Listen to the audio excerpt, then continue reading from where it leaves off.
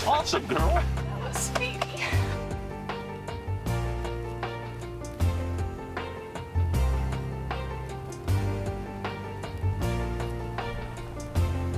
So good. Nice shot, man. Thank you.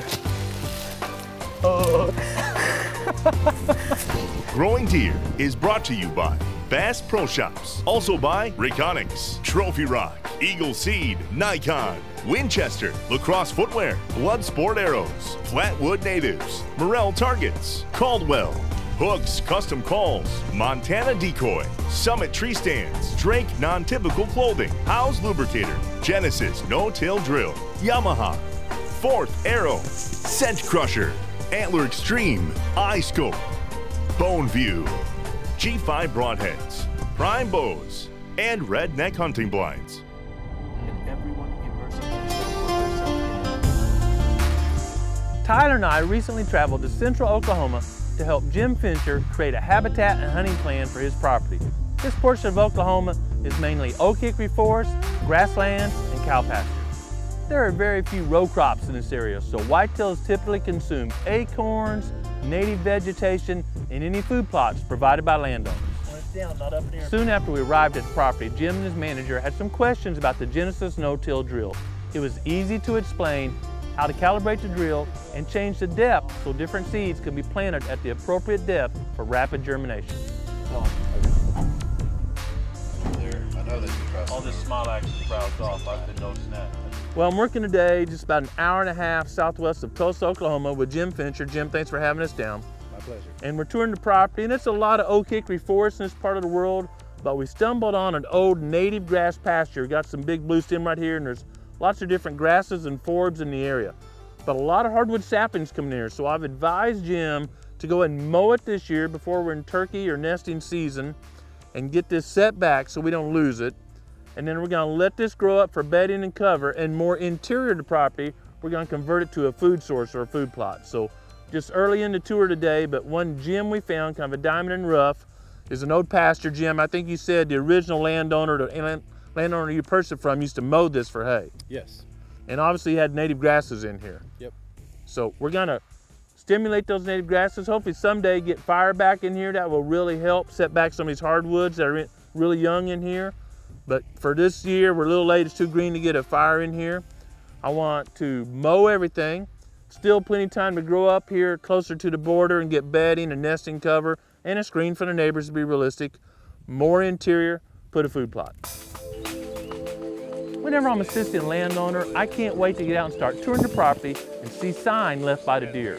When we started touring Jim's property, it became obvious very quickly that deer were browsing on several low-quality forage species. We're still working Mr. Fincher's property in Oklahoma, but it's a neat comparison where we were just in Illinois.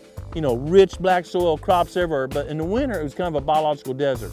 And up on Greg's property, well, all the multiflora rose have been browsed. We showed you some, but I mean, thousands of multiflora rose bushes in his timber, and they're all browsed heavily. There's a little bit of old browse on this, but hundreds of fresh growth on here. We didn't see any fresh growth in Illinois. Just a difference, because on this property, there's tons of fairly low quality native browse. This is lower down the list. This is way lower than the forbs and even some of the young grasses growing in these areas. So as a comparison, here we've got tons and tons of medium and low quality forage. Multiflora rose is so far down the list, they're not even touching it. Where we were in Illinois, they were browsing it down to 1/4-inch stems, everything on here. On Jim's property, it was becoming obvious we could lay out some more acres of quality food plots, but still, there was more food available at this time of year compared to the ag country where we worked the previous week. This is a great tip for deer hunters throughout the whitetails range. I like to monitor the amount of quality food during the two stress periods, late summer and late winter. Now in ag country, there's almost always plenty of food during late summer unless there's a horrible drought. But in late winter, well, deer in ag country can really suffer. In areas of timberland and grasslands, there's usually enough low quality browse to keep deer cruising through the winter and then able to gain when the spring flush occurs. We shared with Jim our rotation of Eagle Seed forage soybeans during the summer, which he was already using, but on a smaller scale, and overseeding and drilling through them during August, or about 45 to 60 days before the first frost, with the broadside blend. And this results standing grain, the grain of soybeans to carry deer through the winter, and greens. That way, whether the temperatures are cold or warm, you have an attraction for deer in that food plot. This makes it much easier to pattern deer and provide quality food for deer throughout the year. We enjoyed assisting Jim with the habitat and hunting plan, and we're off this week to Louisiana. We'll keep you posted on what we find when we tour that habitat.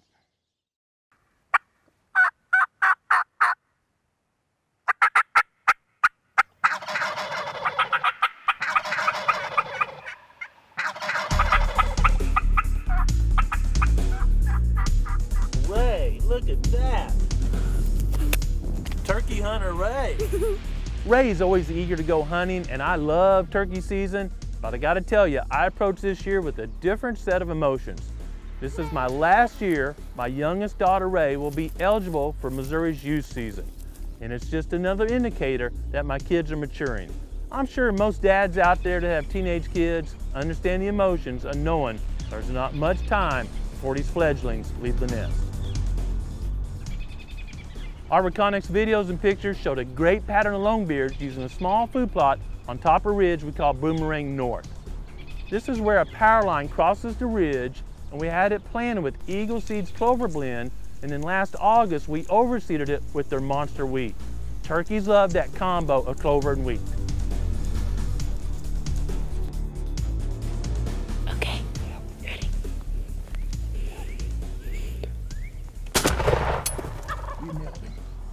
You nailed it. Ray tagged a nice tom in his food plot last year, so with all this scouting information, we didn't waste any time putting together a new redneck ghillie blind and putting it right on the edge of that food plot and preparing for opening day.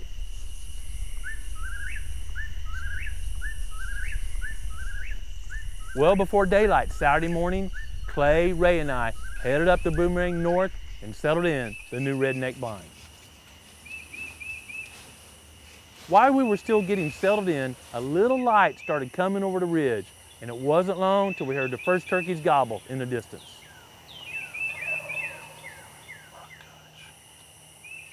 Finally, we heard a gobble that we thought was about 200 yards from the blind. It was due east of us in a perfect position for us to call him in to our location. It's first day of youth season, and we're out here this morning. It's wonderful weather, and we've heard a bunch of turkeys gobbling, so hopefully they'll gobble a little closer and come on in. Clay was just finishing filming Ray's first interview of the morning, and I was still getting the calls on my turkey vest when Clay said, there he is. There he is right here. You see him? Yeah, right there in the row. He's coming down real quick. Just go ahead. Ray still had her face mask down from doing the interview, and Clay was obviously not pointed in the right direction, so we're all scrambling to get on the turkey and get ready because he was closing the distance fairly fast.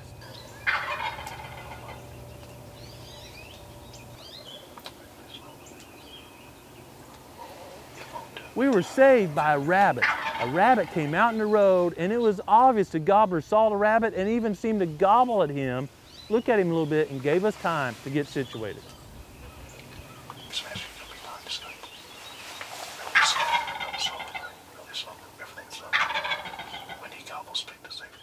It appeared he was very interested in the Montana decoys.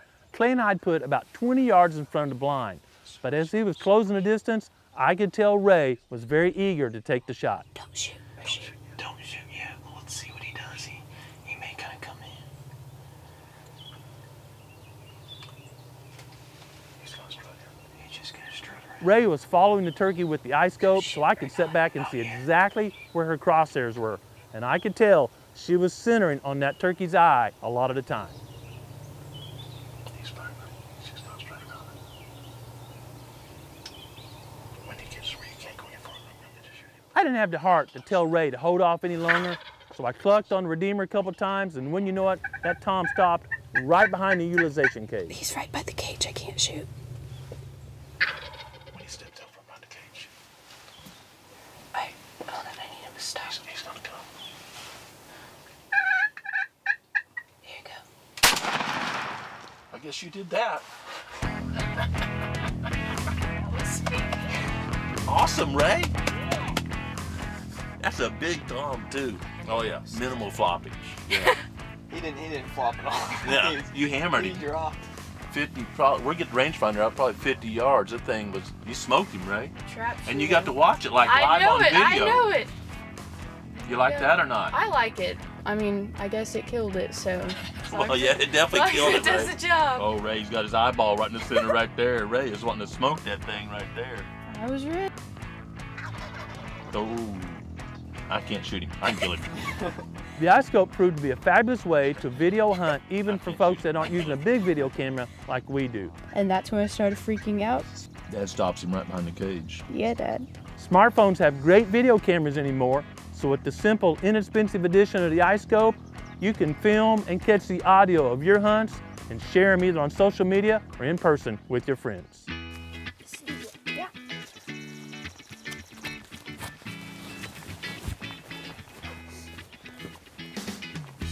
Oh, Ray. He took a load of number 4s. I mean, man, oh man. That thing wasn't going anywhere. Holy mackerel. We took plenty of time to enjoy the moment, and my oldest daughter, Raleigh, come up to take some great pictures.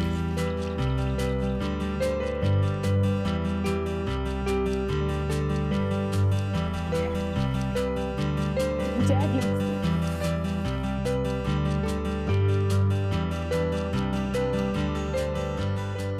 That thing's well over 20.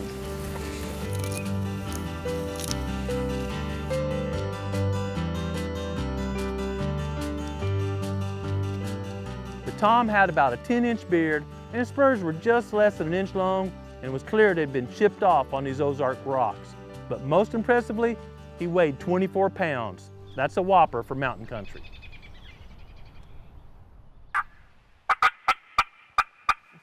You may recall a couple of weeks ago, my good friend James Harrison gave us a tip that scouting is just as important as practicing with your calls. And I think this hunt proves this point. We'd been out listening and checking our Reconyx cameras, and we all were confident that Ray would have a chance at a gobbler at this location.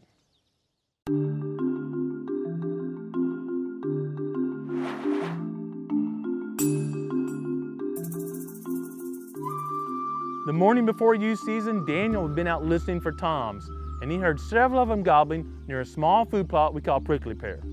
This morning, the proving grounds, birds are fired up. Should be a good opening weekend for youth season this weekend. Hopefully we get some birds on the ground. Based on Reconyx pictures in the area and Daniel's scouting information, he decided to take Adam there opening morning of youth season.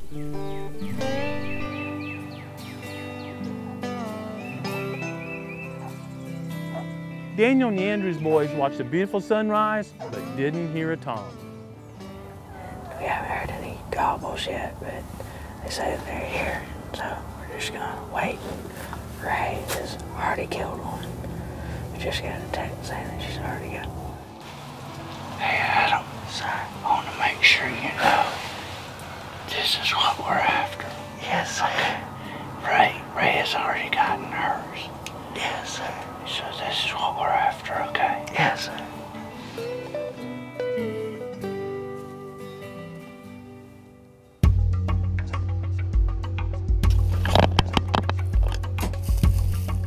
I texted Andy that Ray had got a bird and we'd heard other gobblers in the area. So they decided to grab some lunch and then hunt in our area that afternoon.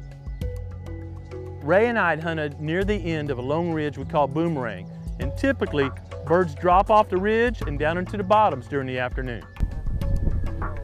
We had recently placed a redneck soft side blind in a small hidey-hole food plot on the edge of a larger crabapple field. And Daniel decided that'd be a great place to capture those birds coming off Boomerang Ridge. As they were walking in, Daniel spotted a tom out in Crabapple Field. In the area they were walking in, a couple of ridges come down, so they wisely decided to back up just a little bit, cross the creek, go over the tail end of one ridge, come down to Rifle Range Food Plot, which is right next to Crabapple Field. Daniel saw a gobbler in the field, and so we snuck by that field and we came to this one, and we set up the decoys. He's gonna start calling, then we're gonna wait on him to come.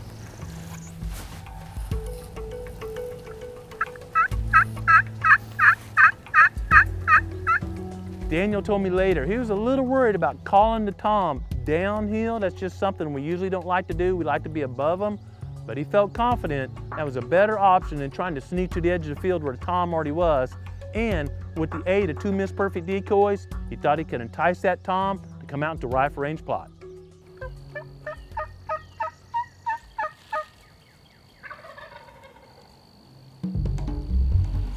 Just after they got set up on the edge of rifle range field, Daniel hit the Redeemer call and the tom fired off immediately.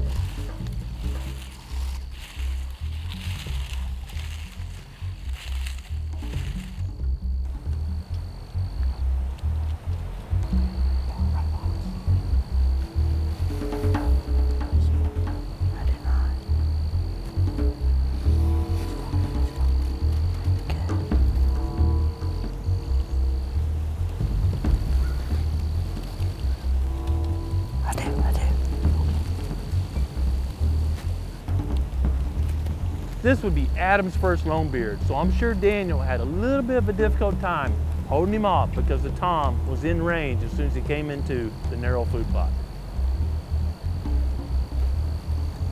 Can I shoot? But I'm sure Daniel and the boys enjoyed watching the show as the tom came out into the field and did a little strut.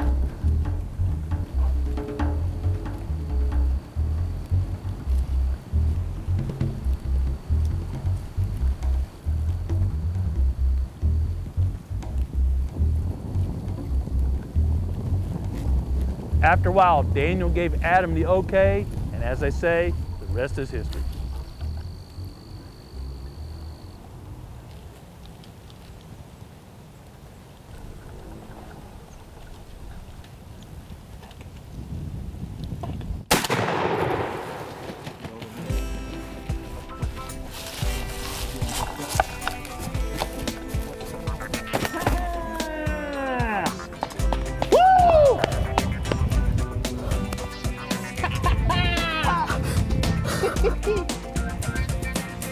You the man!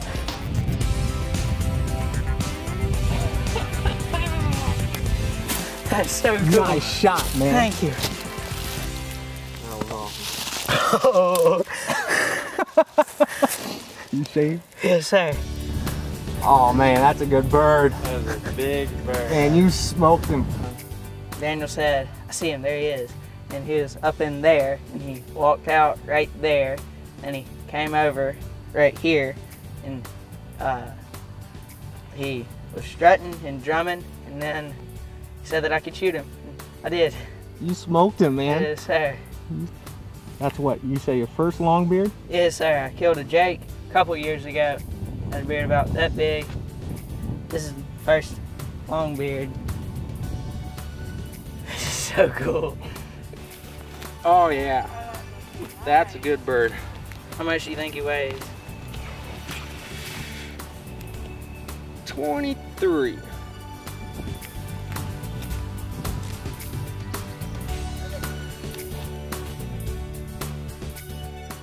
There you go, that looks good. Yes.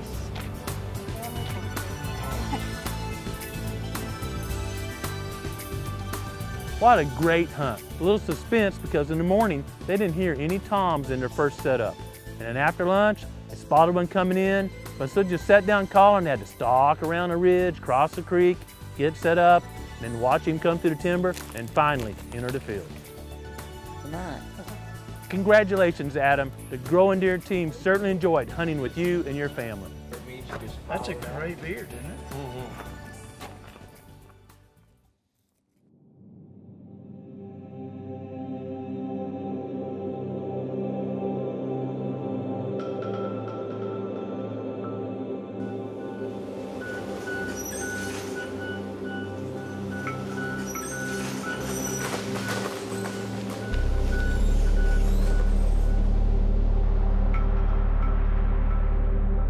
Jessica and the rest of us were heading to film the summary of this week's episode, and we noticed, and we've been noticing for a week or so, a big difference between where Russell, my buddy that helps us create food plots, had just cleared off an expansion to this food plot, Big Cave, and where our winter crop is still growing. Jessica and I were discussing why, and Jessica, it's obvious that The crop here is shearing off the wind above the ground and shading the soil some.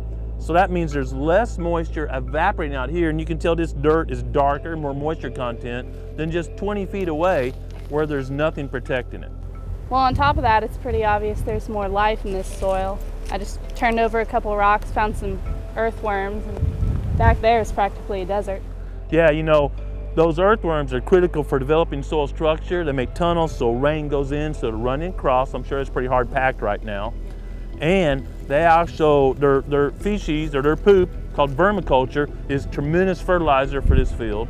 So they feed on parts of the plants and plant roots and whatnot, especially when we crimp this and that vegetation is decaying. That's great worm food and worm bedding or worm protection. So no doubt this is full of life and holding more moisture and doing everything we want to do to feed deer. And that, well, that's a diamond in the rough. We haven't planted it yet. Yep. Guess I better put him back. I guess you better put him back so he can help us. It's amazing that worms help you make bigger antlers, but that's absolutely the case. This is a great illustration of the soil conservation caused by no tilling into a duff from the previous crop versus tilling and allowing all the moisture to evaporate. Soil moisture is often the most limiting factor in growing quality forage. And here's an obvious example of the advantages of not tilling or leaving soil bare. This is kind of a sad week here at the Proving Grounds because it's Jessica's last week with us. She's accepted a job with the National Park Service. And that's our goal with interns. We want to bring them in, give them some field experience on top of academic experience, let them get their hands dirty and see some of these principles they've learned in school in action, and help them prepare for a job. Now, Jessica didn't need much help preparing. She had great grades and a lot of experience coming to us, and there was no doubt I was going to lose Jessica early to a good job. I've already accepted my quota of interns for the summer, but we're opening up a new intern position. If you're really good with DSLR and cameras and pictures and editing, you might want to apply at info@GrowingDeer.com. For years, I've had a lot of requests. Hey Grant, when are you going to have some Growing Deer hats? We're not in the hat business, but our good friends at Drake Clothing are. They made us some cool hats, so we want to make them available to everyone. Got the Growing Deer on the front and the Drake non-typical inside, and most important, got Enjoy Creation right on the back. If you'd like a Growing Deer hat or two, simply go to Drake's website and search for Growing Deer. Spring is a great time of year to get outside and enjoy creation. But every day, it's important to slow down and listen to what the Creator is saying to you. Thanks for watching Growing Deer.